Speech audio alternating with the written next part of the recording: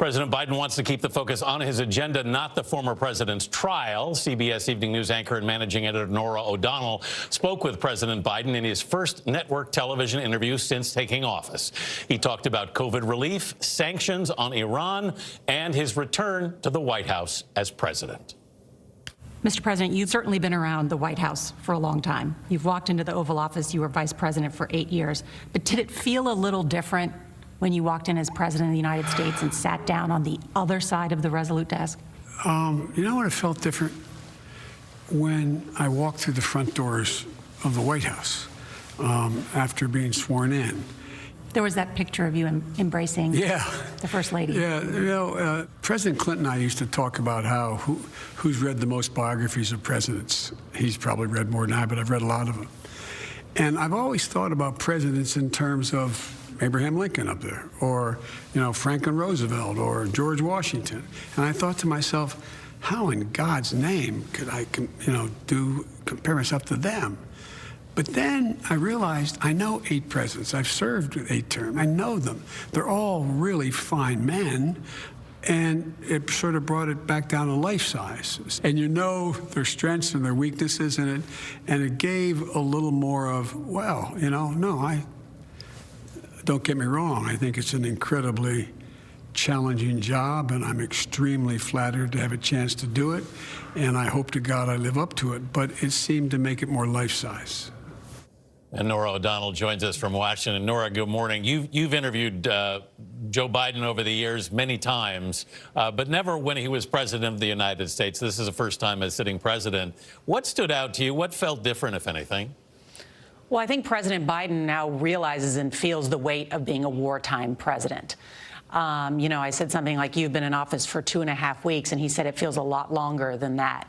You know, I think there's this sense of really wanting to crush the coronavirus, the world's problems that exist up there. I mean, he would say they're trying to clean up from the past administration. And so that's all part of what this White House is dealing with. And, you know, already this week, right, they're going to try and lay out school guidelines to the CDC to get kids back in school. They are trying to encourage Moderna and Pfizer to ramp up productions. I've learned from sources close to the White House that the president is going to, in the coming weeks, visit either the Moderna production or Pfizer facilities in order to get a sense of that. And so they're really trying to project this idea of a competent president who's trying to push forward on this.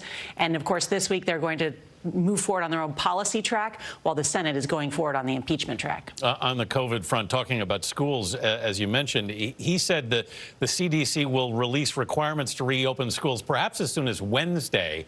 Any sense of and he talked specifically about reopening them safely. He paused to say that word. Do we know what safely is likely to mean? Well, he's talking about getting teachers vaccinated, although not a requirement. He's talking about ventilation systems and social distancing and masks in classrooms. But look, you have Democratic mayors at odds with teachers' unions in cities like Chicago, San Francisco, and other places. And so I think the question has been, you know, Mike Bloomberg, the former mayor of New York, has said it's time for President Biden to stand up to the teachers' unions and the teachers and get them back to school. It was something I asked the president about. You'll hear his answer tonight on the evening news. But there's clearly a sense that there needs to be some leadership from the White House, some leadership, some science guidelines from the CDC. You see in Chicago, they've reached a deal. They're waiting for those guidelines from the CDC, that could be the next step. How do we do this safely? Can someone please tell us what we need to do? And so that's what's coming this week. And so there'll be, I think, a lot of news from the White House on that front, because school's, of course, a top issue. And as the president acknowledged in that interview, the fact that kids are not in school, some 20 million kids, that means a lot of women are dropping out of the workforce. And the president acknowledged this is a national emergency. Well, Norah, congrats on the interview. I know you only had 20 minutes with the president, but you covered a lot of topics. I'm curious if you got around to asking him about Hunter Biden's book. A lot of eyebrows are being raised. It's called Beautiful Things, talking about his battle with drug addiction. People are wondering about the timing of the book, considering his dad just got in the White House.